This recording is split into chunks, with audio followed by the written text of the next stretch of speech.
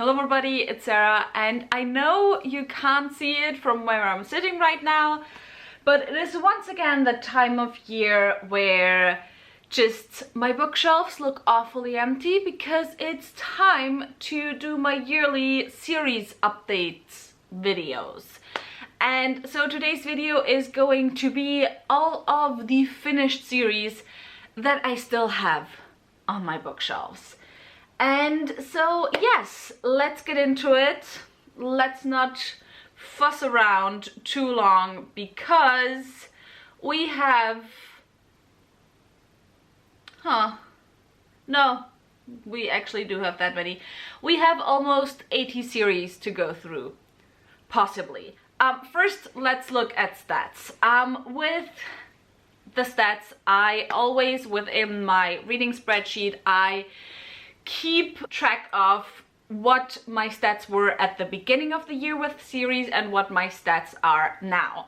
However, with those stats, with my series thing, or the finished series that I have in my spreadsheet, that isn't my general books spreadsheet, but literally just my this year in reading spreadsheet. With my series, if I unhaul any finished series or even unfinished series, I keep them in my spreadsheet still, so I can properly keep track of how many series I finished during that year. So yeah, that's why these numbers might not exactly fit the numbers of series that I will tell you, because here right now I'm only going to tell you about the series that I finished and I still have on my shelves. So does it make sense? I feel like it makes sense, but I have hiccups right now, I'm sorry. Anyway, my stats at the beginning of the year were I had 66 series that I had completed. Right now, on my spreadsheet, I have 76 series that I have completed. Maybe I'll try and keep track of the series as I tell them to you so we can see if it's still the same or not, but yeah. Then, how many series did I have DNF'd at the beginning of the year? I had 4 series DNF'd. Now I only have 7 series. No, not only. I have 7 series DNF'd, so there's at least 3 more series that I DNF'd during the year. I don't know if I kept all of them on my shelves though. Series I was caught up to, so that there were no books currently out, I had 24. Right now I have 26, so that got a little bit better. However, my ongoing series got worse. I had 20 series that had books out at the beginning of the year that I hadn't caught up to or that I hadn't finished. Now I have 26, so yeah, fun. So generally speaking, everything got more. And as for the average percentage completed at the beginning of this year, I had my average percentage for series 85.7, now I have 81.9. So yeah, let's get into it. As always, I will try and start with the series that I had already finished previous to this year, and then we'll end with the hopefully 10 series, if I counted everything correctly, that I finished this year. Maybe started and finished this year. We'll see. Anyway, I'm just gonna go through it randomly because you can't see it, but there's just, as always, a bunch of series just stacked around me, and maybe I'll just start with a bunch of series that I can put right back on my shelves behind me. First, I have the Infernal Devices by Cassandra Clare. So Clockwork Angel, this is the first one, Clockwork Prince and Clockwork Princess. Of course, I also have the Mortal Instruments finished. I only picked book 1 from my shelves because that's a lot of books. And then I also have the Dark Artifices finished as well, which was Lady Midnight, and then Lord of Shadows and Queen of Air and Darkness. Let's stay on the same shelves actually. I also finished the Folk of the Air trilogy, which started with The Cruel Prince and ended with The Queen of Nothing by Holly Black. Keeping with IA, I also have The Gilded Wolves by Rajani Chokshi, the entire trilogy. Although, while I have finished all 3 books, I only own the first one still, because there's just some series where if after the first book the series went down for me, or even if the entire trilogy wasn't something for me, but I still want to keep at least one of the books, I sometimes do that, so I only still own The Gilded Wolves. Going back to the shelves behind me, I finished the Riley Jensen Guardian series by Carrie Arthur, which is a 9-book paranormal fantasy series. And by the same author, another series that I read and finished is the Generation 18, Spook Squad series or trilogy, which is Memory Zero, Generation 18 and Penumbra. And then on that same shelf, I also have the Mary Chantry, is it called something else? I think it's just the Mary Chantry series by Laura K. Hamilton, which is a total of 9 books, I believe. I'm not 100% sure it's finished, but at least there hasn't been a new book announced in a few years. Returning to YA and still staying on this same shelf, kind of, I have the Crown of Feathers trilogy by Nikki Pau Preto. I also read Narnia quite a few times, of course, by C.S. Lewis. Back in my childhood, I also finished the Bartimaeus sequence by Jonathan Stroud. I do not have the first book right now though, so only 2 books on my shelf. And then also, just to finish the childhood memories, I guess, is His Dark Materials by Philip Pullman with Northern Lights, The Subtle Knife and The Amber Spyglass. By the way, I have already stopped keeping track of how many series I have, so, you know, that's on that, I guess. Because this is just right here quite easily. I have the African trilogy by Chinua Achebe with Things Fall Apart, No Longer at Ease and Arrow of God. I don't know if it's just like, you know, an official, it's not necessarily an official series, I guess, but it's 3 books following 3 different generations in the same village. Once again, going back to YA, I have Rhiannon's Ride by Kate Forsyth. This I read when I still read books mostly in German. The first book is Tower of Ravens. And through these we can go quickly. I have the 3 trilogies that are part of the Emerged World series. I don't know what each of them is called exactly. The first one is, I think, just the Chronicles of the Emerged World by Licia Troisi, starting with Nihal from the Land of the Wind, which actually is this book right here. I have all of them the wrong way around, all the series, because obviously when they are in my shelf like this and I pull them out like this, then the last book is first.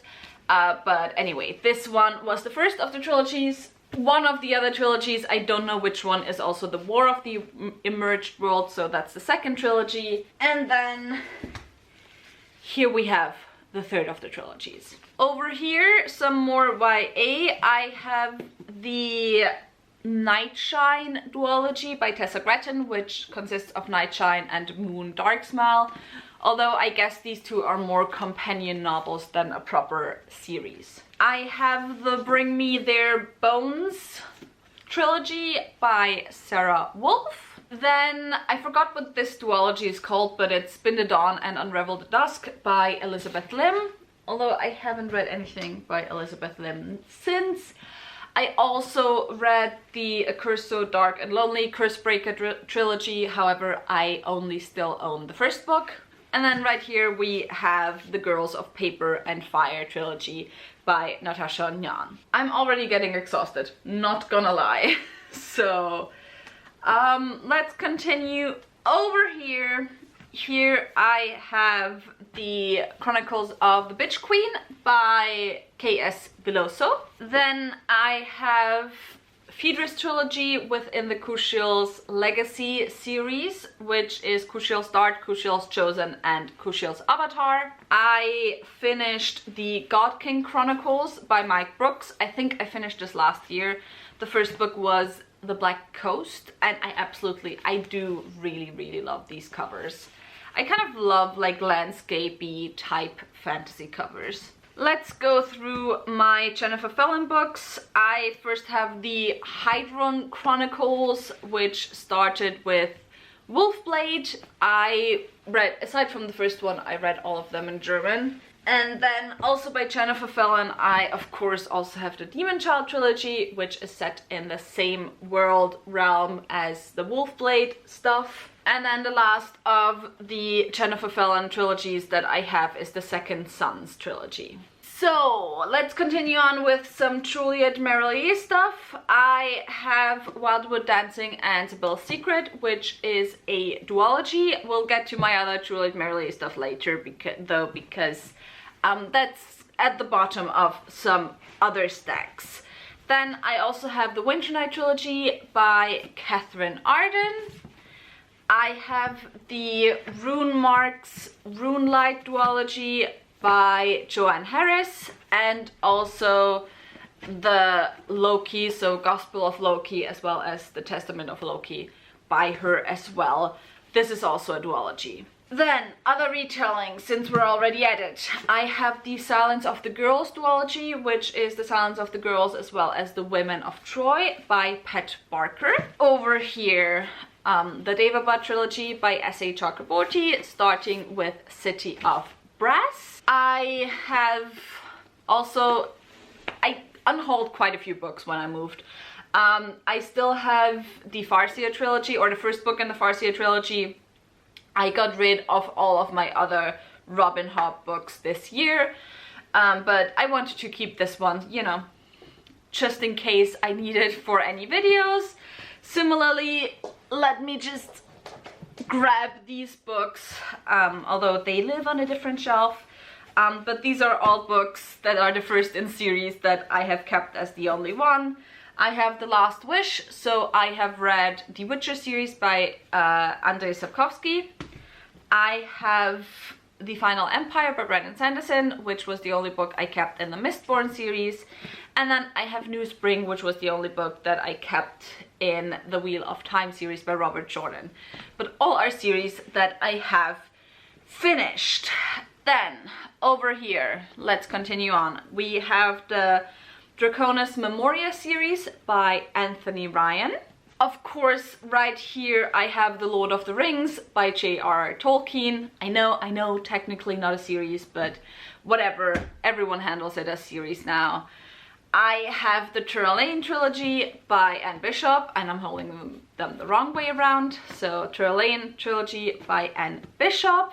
And then also the, let me pick them up, the Sebastian Ephemera series by Anne Bishop as well. Continuing on, I have right here the Empire trilogy by Jenny Wirtz and Raymond E. Feist, the First Law trilogy by Joe Abercrombie, the Invisible Library series by Genevieve Cogman. Here I'm only holding up the first book because the series is like 8 books and I didn't want to drag all of the books from my shelves. And then also we have the Memoirs of Lady Trent by Marie Brennan. I've been sitting down here too much today to film and I'm too old for this. My back is hurting. Anyway, let's just finish getting through these books. So right here I have the, whoops, wrong way around, please. Of course everything fell and I always forget in which order these books are, but these are the Seven Watchers Family Chronics by Juliet Marillier. Let's pick up some N.K. Jemisin. I have the Inheritance trilogy by N.K. Jemisin. Then in between on my stack snuck the Greenbone Saga by Fonda Lee. Continuing on with N.K. Jemisin though, I have the Broken Earth series, of course.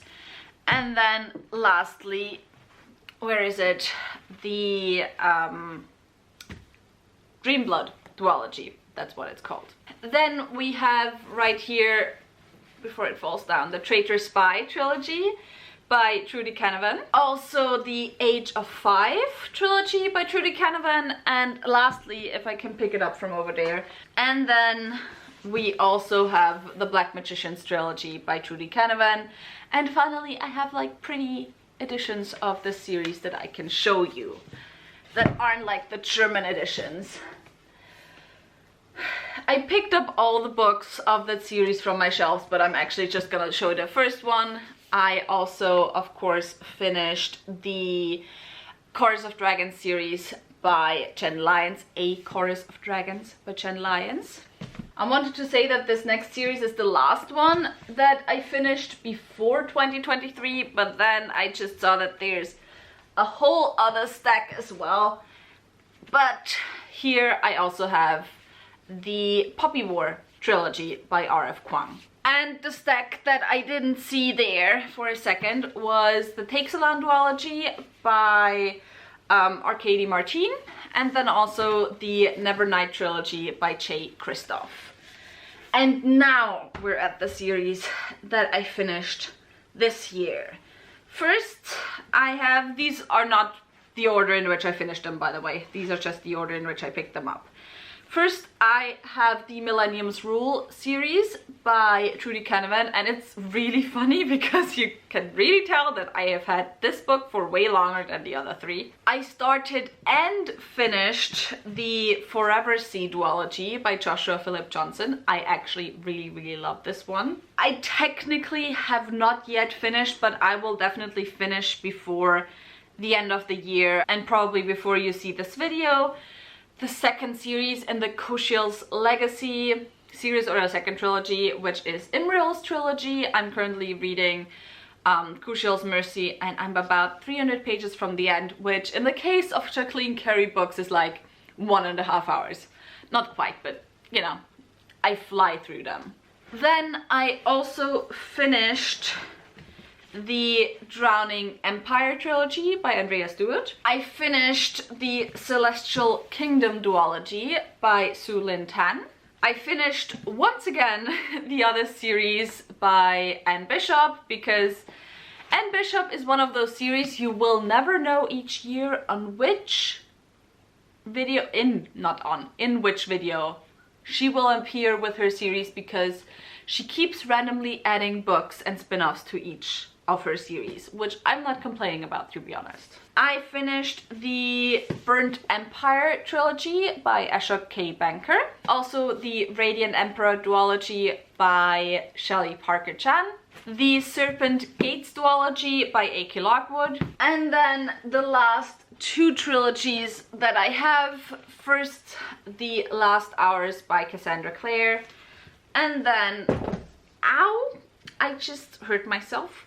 But the last, very last, best for last as always, is the Rook and Rose series by M.A. Carrick. And with that, we are done with my finished series on my bookshelves. I didn't count right now, but it's a lot of series. So yeah, tell me in the comments down below, did you finish a lot of series in 2023? If you enjoyed this video, what do you think about it? Give me a thumbs up and also maybe subscribing. All the links to my social media as well as to my book club of Queens, Witches and Valkyries, where I read one adult high fantasy book written by a woman or genderqueer person per month will be left linked down below, so go and check those out, and I hope I'll see you very soon. Bye!